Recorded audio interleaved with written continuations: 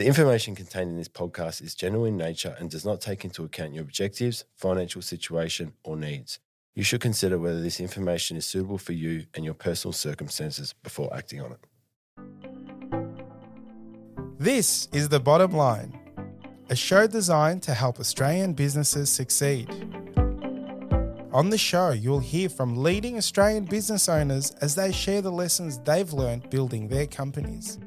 You'll learn from their successes as well as some of the challenges they faced along the way. We also talk to experts from a range of fields who share specialised techniques you can use to improve your business. I'm your host, Sevan, and I'm a director at Alexander Spencer, and I'm really passionate about helping Australian businesses succeed.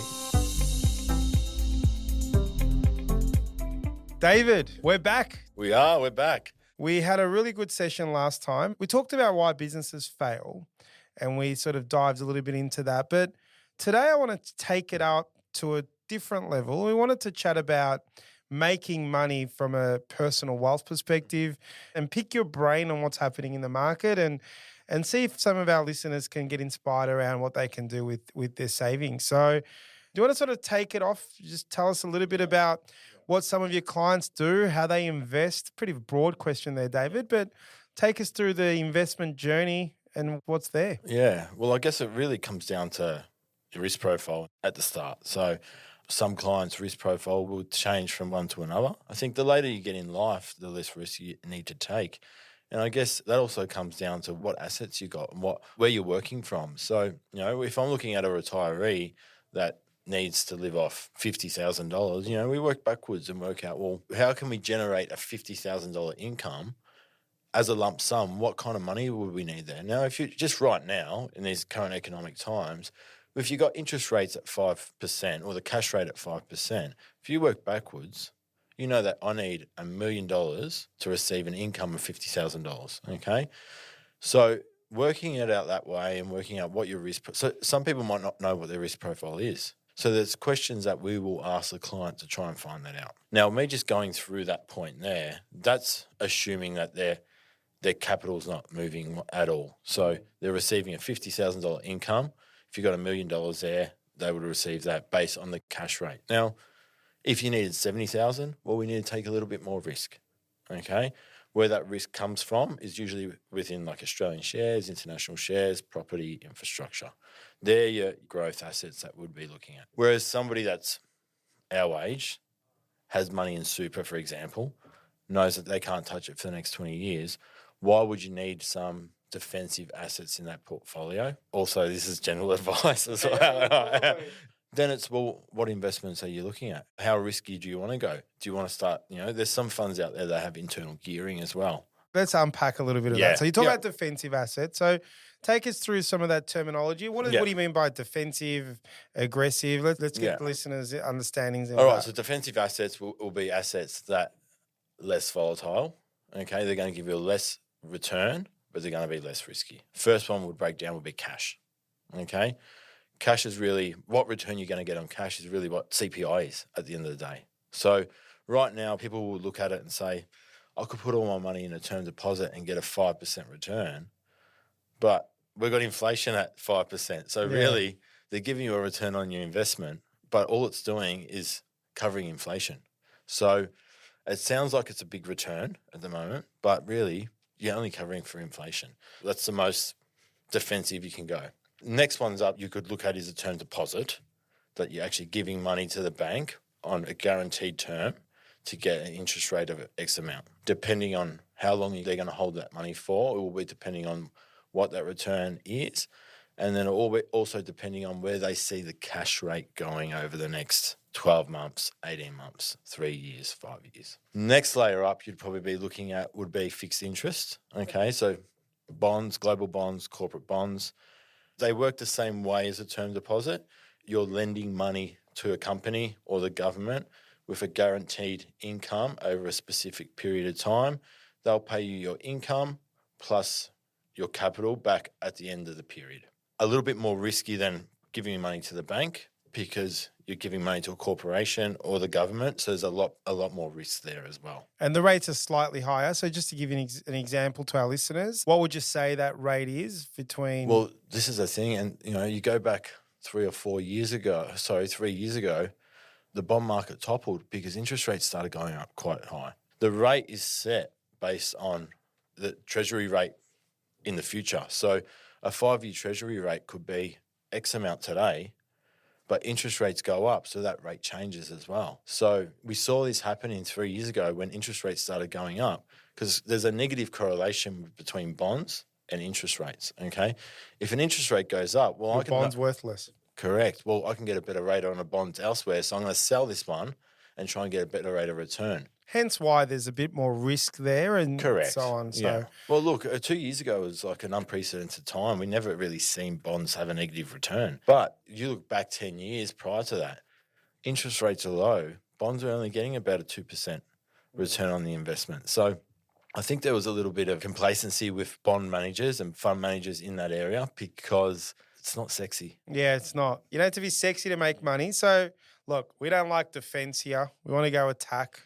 Talk us about some of the more long-term view around investing, attacking or taking more risk look like, and what are some of the things that your investors that are probably have more time on their hands go into to create wealth? So breaking it down, if we're looking at growth investments, there's different investments you can look at. You can look at property, okay? You can look at infrastructure. You can look at Australian shares. You can look at international shares. Then you can break it down in different areas from there. Well, infrastructure. What area am I going to buy the infrastructure? Is it Australian?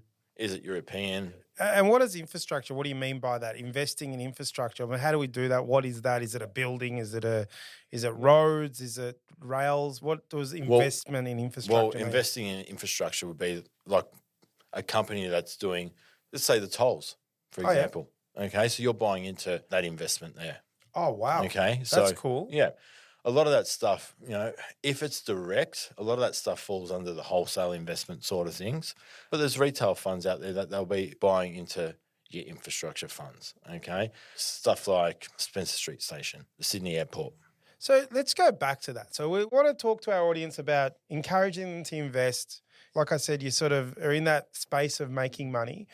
How do we get these opportunities? How does the ordinary fella get access to the Spencer Street Station? I've never seen that anywhere. I mean, I won't see it either. Yeah. So how do we get into these things? We want to know the hacks, David. Come on. That stuff there, you're looking at wholesale investments. So a wholesale investor is somebody that has assets over $2.5 million or income on an annual basis over $250,000 a year. And that's for an individual, not as a family for an individual. Group. Yep. Okay.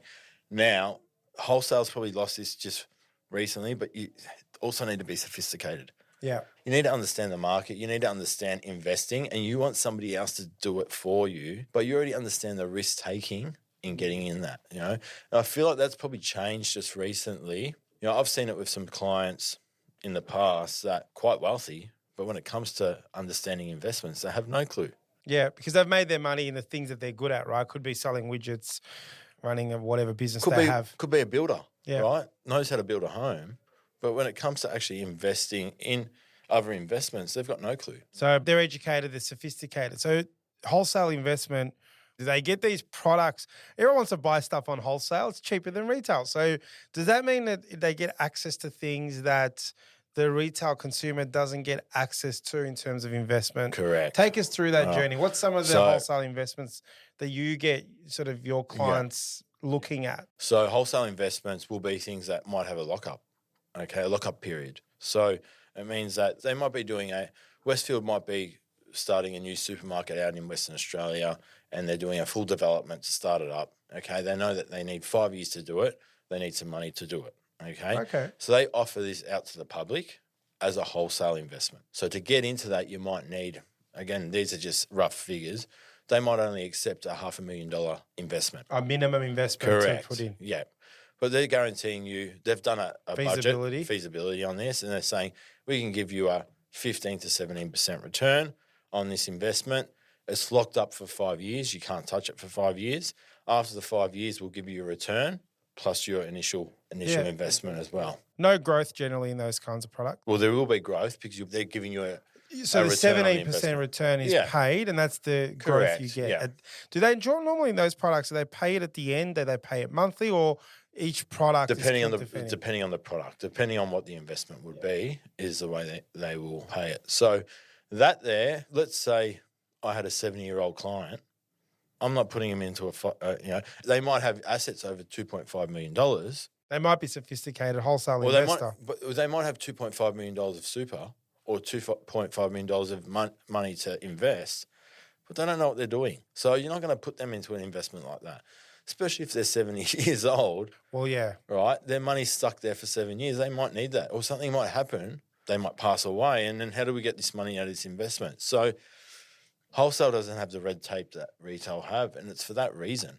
You want to make sure that the client is sophisticated and can't be bothered with all this approved by Morningstar, approved by Lonsec. We want something that's going to give us a better return, and we understand the risks that are involved in getting into that as well. So let's go back and let's talk about some of the younger generation here. The younger generation, we talked a little bit about, they do want to get rich quick. We always want to sort of just make money without working, right? To me, an investment return is you've worked hard to save, and there's obviously some form of discipline that you need to have in saving, but you've saved, and investing and getting an investment return is not free money, but money you make when you're not working. Mm-hmm. And that's the dream, right? That's what everyone wants to be able to do, create passive income so that pays you. And I've seen stuff online where, they go and get Airbnbs and that pays for the Porsche, and it's all over the shop. But I want to just get you to tell us about how people can be smarter with their investments, smarter with their money, and things around like, dollar cost averaging, setting up portfolios when you're really young. Because my view is if you invest in generally good things and you do it long enough, you get a return. It's being able to stay in the seat long enough. And that's probably the journey you need to go through. So if you invest in property for long term, you'll get a return. If you invest in shares long enough that you'll get a return, I feel like it's about staying true to your investment philosophy. You've got a 28-year-old young guy who saved $50,000, makes good income. What's your advice? What are you saying to that young gentleman that wants to, or young lady that wants to start on their investment journey so that when they're 40, 50, they're creating large amounts of passive income? First question I'd be asking is, what is their asset allocation? What are they interested in? Okay, that's cool.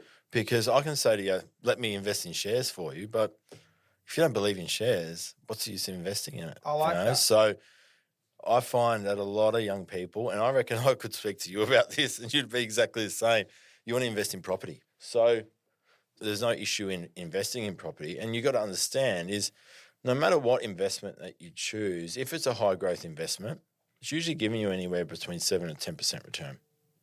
So if you're looking at an investment property, to break down the return, it comes from two areas: income and growth. That's how you get your total return. You're buying an investment property, you're getting rental income, and you're hoping the property goes up in value. Same thing with shares. Okay, we're getting dividends, and you're hoping that share goes up in value. So that's what you work out your total return. If I'm looking at any area, usually to get into property, what do you need to do? Most likely have some deposit of some savings, and you need to borrow. And you need to borrow, right? You need to gear or leverage, yep. You can do exactly the same thing with shares as well. So the reason why someone would gear in the first place is because they believe their return on investment will be higher than the interest they're paying on that loan. So if I'm taking out a loan in today's day, I'm paying about 6%. I'm hoping my total return, income plus growth, is going to be higher than 6%. All the expenses, yep. So then I'm using gearing to magnify my return. Let's talk about that, because I really believe in leverage and gearing to create wealth. So I want to try to do this as simplistic as I can as an accountant. So if you invest 100 grand, and let's use 10% between yield and growth, you'll make $10,000 after year I've got one. this really, really good calculator rule I use. Well, you give me a rule and I'll try to explain why power of gearing in growth works. So 100 grand, 10% return, you get $10,000 in year one. if you invest 100 grand and let's say for argument's sake, you can borrow 300, now you've invested 400,000. Now, because there's borrowing, you will have some dilution in at least the return, the yield. There'll be a cost to that borrowing that money, but your growth factor will be accelerated. So let's assume you get a 7% return or a 6.5% return total on 400. Well, that's going to be much greater than the 10% on the 100.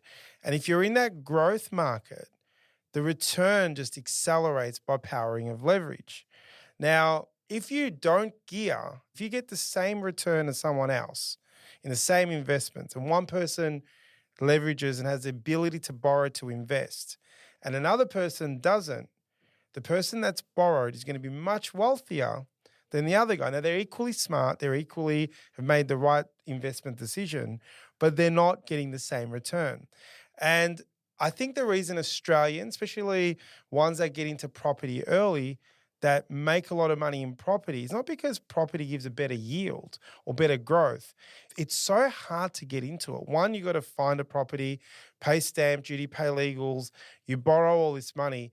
You're forced to stay in that property so long, or at least long enough, and to sell it is so bloody hard, that what ends up happening is people hold property longer, they ride through the ups and downs, and all of a sudden they become, wealthy because they've gone into an asset that they've leveraged that they're going to probably hold for long enough time for it to get through the cycle, and people make money. And Australians have been benefactors of loving property investment, and it's been great, and probably hasn't helped the property price because there's so many investors in the market, they're just creating the demand. So my view is, I think leveraging, gearing is something that we need to consider and look at. But that's my opinion. But what's your rule?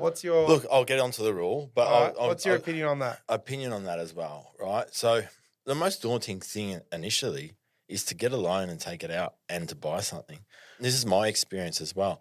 Once you've taken the loan out and you've bought the property, things are happening in Victoria at the moment that are changing things. But just, in simple terms, right? Once you've taken out the loan, the income usually pays the interest, and you kind of forget about it. That's what it is. So you forget about it. Yeah. The difference between property and shares is that it's so volatile that every day you're looking at it and you're seeing shares drop. And then it's like, because you're only owning a parcel of them, should I sell? Should I not? Where to sell a property, you got to sell the whole thing. Yeah. Right. So sometimes if times do get tough when you've got a property, you try and ride out the wave and get to a point that things get a little bit better as well. So you reckon, you're not saying property, you're not advocating definitely for property, but you're saying the theory of holding long-term, riding through the waves, leveraging just makes sense, right? So let's just say tomorrow, again, that's why, going back to what you said before, finding out what a client wants first. There's no use to me trying to sell clients shares if they believe in property. Yeah, that's true. Okay? But I'll educate them into, well, how does a property work? And this is the rule that I like here we go, the rule. It's called this is the money shot, right? No, I'll talk to my client every single time I speak to a client and they say this to me. Yeah. Okay? What will I have at retirement? I use a rule of 72. Is it 72 or 78? 72. Or is it 72? We have a rule of 78 in the accounting world. But so the rule of 72. So what the rule of 72 is remember I broke down before, income and growth gives you a total return. Yep. Okay? And then compounding. Yep. What compounding is when your income you generate, you reinvest that income into the investment. So if I've got $100 of shares right now, and I get a 5% return, I invest that $5 back into the investment. Now I've got 105. Now my return next year is going to be on 105, not on 100. Okay, so that's compounding. Yep. So the rule of 72 states if you compound your return, whatever your average return is, if you divide that by 72. That's how long it should take your investment to double. All right. So if I want to double $100... If I'm getting a 7% return... Is that what it is? So 7.2%. 72. So if I'm getting a 7% return... 72. Yeah. So 7% return. How many times does 7 go into 72?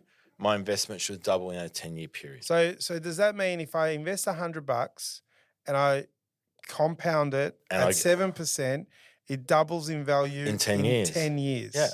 7%, 10 years. So if I'm getting I want more than that, David. Yeah, but if you're getting a 10% return, it's going to take 7 years. 10% return, 7 years. All right. It's actually not too bad. That makes sense. So work that out. So I want you to go after this. I want you to go away. I want you to put a spreadsheet together and work it out, and you'll see it comes always very close. I like that. I think being a parent here, there's a real lesson to be learned here. Compounding is a really powerful tool because we look at, I just said to you there, 7% return, I want it done quicker, right?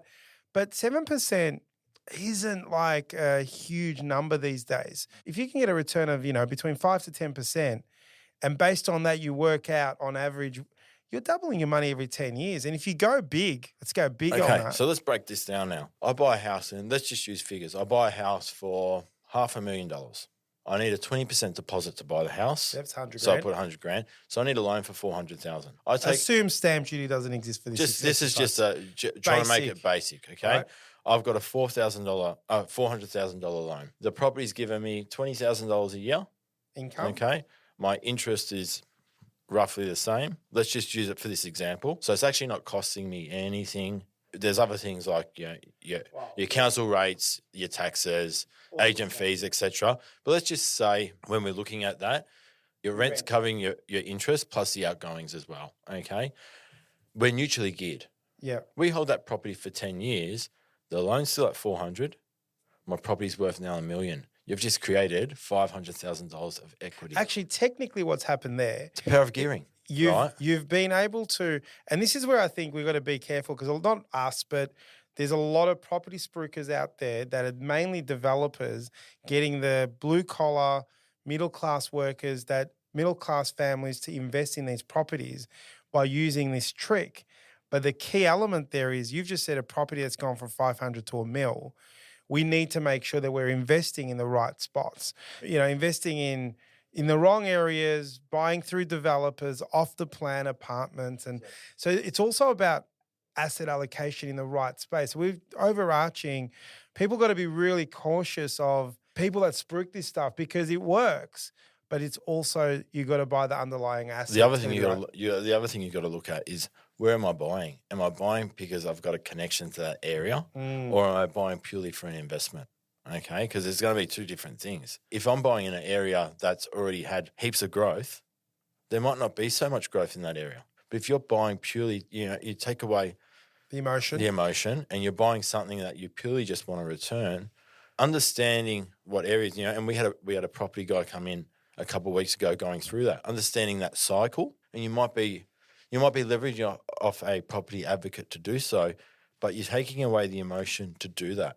Yeah, because that session was really cool because they didn't just look at the Melbourne market or where their business was. They looked at Australian totality in terms of what are the opportunities.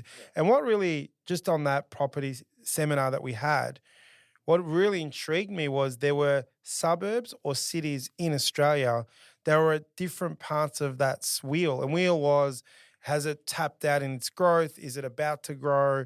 And it was opportunities in all different parts. And I was like, wow, I always thought, Victoria was Victoria and that's it. Whereas there's parts of Victoria that are getting better yields and better returns than other parts. So, and the thing is, look, I haven't really looked into it much in the past, but using a property advocate probably is a good idea because it gets you into areas that you don't know of. We only know Victoria. The other thing is what property you're looking at now. Are you looking at a property that's got its own title or are you looking at an apartment? They're going to give you different yields. If you're looking at an apartment, typically there's no growth in an apartment. Yeah, and the sad thing you're going to get a high yield. Sad thing is a lot of the younger generation can only afford apartments. So they get, again, this is general advice, but they generally get into, 1 or 2 bedroom apartments and they don't have a lot of growth because they're not buying in land. There's abundance of supply. Just the takeaway is seek advice. Do 100%. Your research, do your homework because... the other thing is you don't have to be a property owner and live in it. You could be a rent investor. So what that means is... What rent investor? What's that one? Tell me about that. You might buy something and rent that out and then rent yourself in the area that you want to live.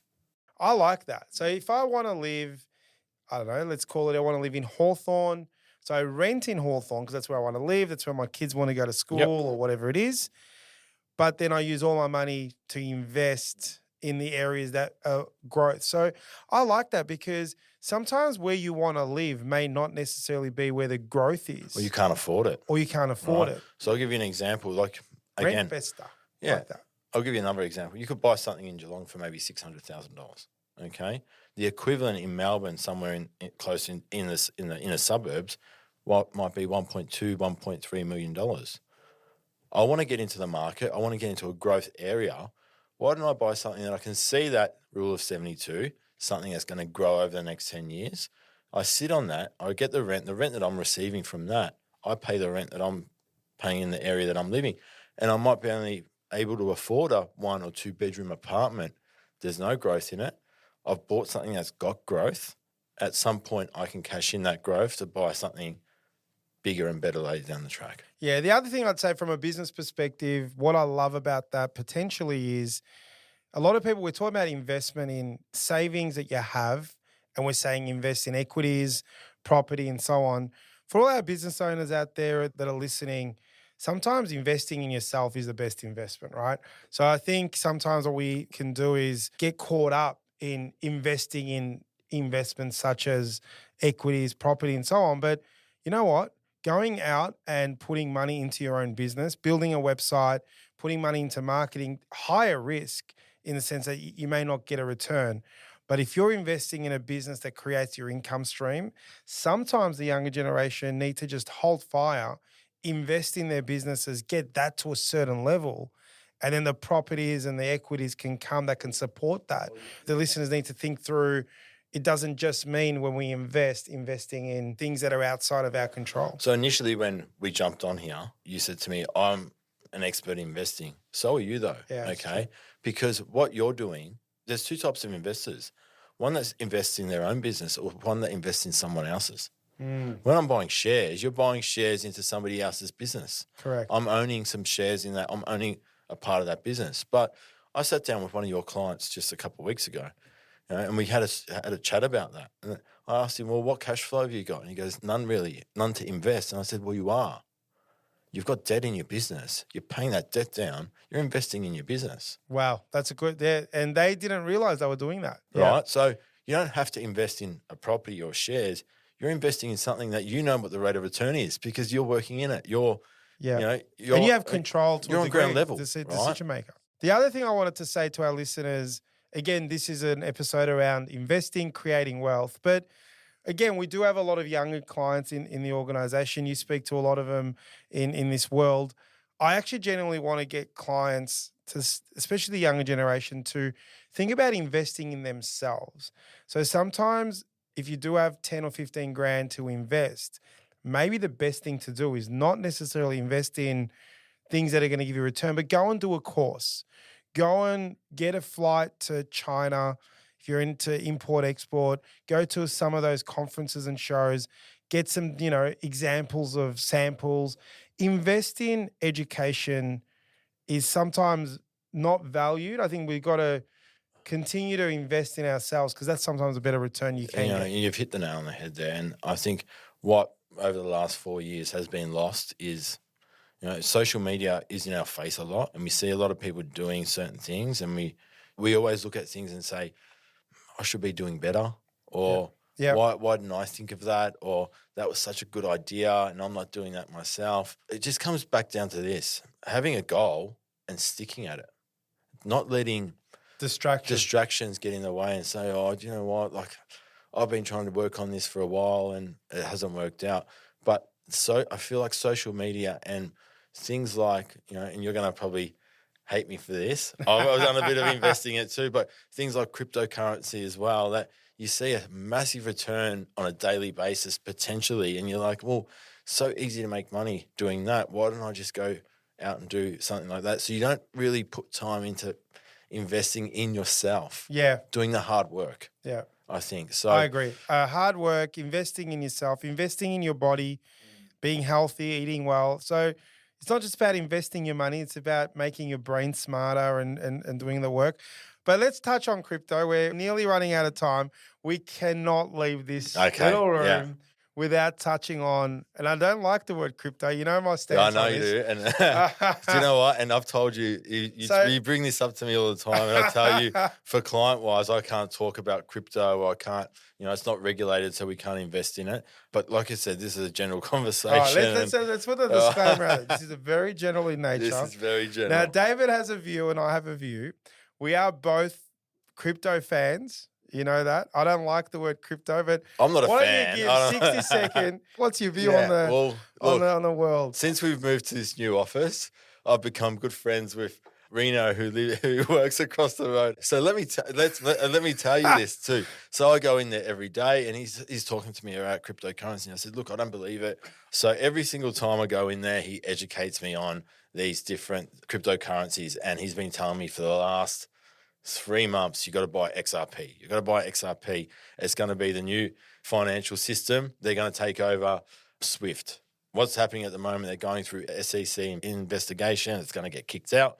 After that, he's talking to me about BRICS. That's Brazil, Russia, India, China, South Africa. That they got this summit coming up. They're going to start implementing a financial system, and they're going to be using XRP. So I decided, after getting haggled for about 3 weeks, I'm like, you know what? I'm going to go out there and I'm going to buy it. So I'm not going to tell you how much I bought, but I bought a bit. And the first 2 weeks it went backwards, and I lost 20%. And every time I'd walk in there, he'd go to me, "Hey, you're a millionaire." And I'd say to him, "I'm a millionaire, but I'm 20% down at the moment," right? But anyway, he said to me, in October, this SEC is going to get thrown out and the market's going to go through the roof. It has. So it's gone up 4 times. General advice, guys. 4 times. So we were talking about a rule of 72. It's gone up over 400%. That's all I know about it. I know you've got a different view on it, so maybe just give me your view. My view is there's only one crypto, and that is Bitcoin. If you're going to go down the path of long-term investment, David, and go all in on one cryptocurrency, it's going to be Bitcoin. It's store of value. It may not get you the 400% return in the next, in 10 days, but if you ride it for long enough, you're going to be in the 1 percentile, that's for sure. I think that everything else is pretty much, I think they're all going to zero, including XRP. So just on that as well, the other thing I would say is, if you don't understand it, but you want to get into it, work out what percentage you've got that you would, and I'll break it down like this, that you would go to the casino and happily lose. Well, don't invest in Bitcoin then, because it's not casino, mate. What I'm saying is, if you got, say, $10,000 there that you're happy to put away and not touch for a 10, 20-year period, you might want to diversify into that. You know that if it does blow the lights out, you've got a little bit of exposure to it. You're not putting all your eggs into that basket, and then focus on what is the most important thing to you. Yeah, look, my advice, if you love your cryptocurrency and you're listening to the socials, I would read the Bitcoin Standard, follow Michael Saylor on YouTube, and you won't go wrong. But education is the key. I think in anything you do, you should never part way with your money without doing some educating first. And if you're going to do that and listen to Reno, you got to put what you're prepared to lose, and that's okay. So we got that off our chest, David. So I owe Reno a watch. I think he said to me, if this does what I say it's going to do, you're going to buy me a watch. I'm like, look, I will. So I said to him, what brand are you buying? We're buying a Japanese movement or a Swiss movement? No, a Samsung.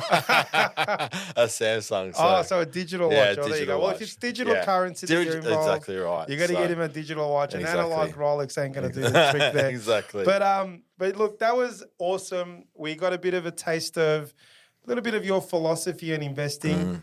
I'm going to go do my little spreadsheet on rule of 72. Yeah. But I'm all Bitcoin, mate. There is no yield on Bitcoin. It doubles and quadruples year on year.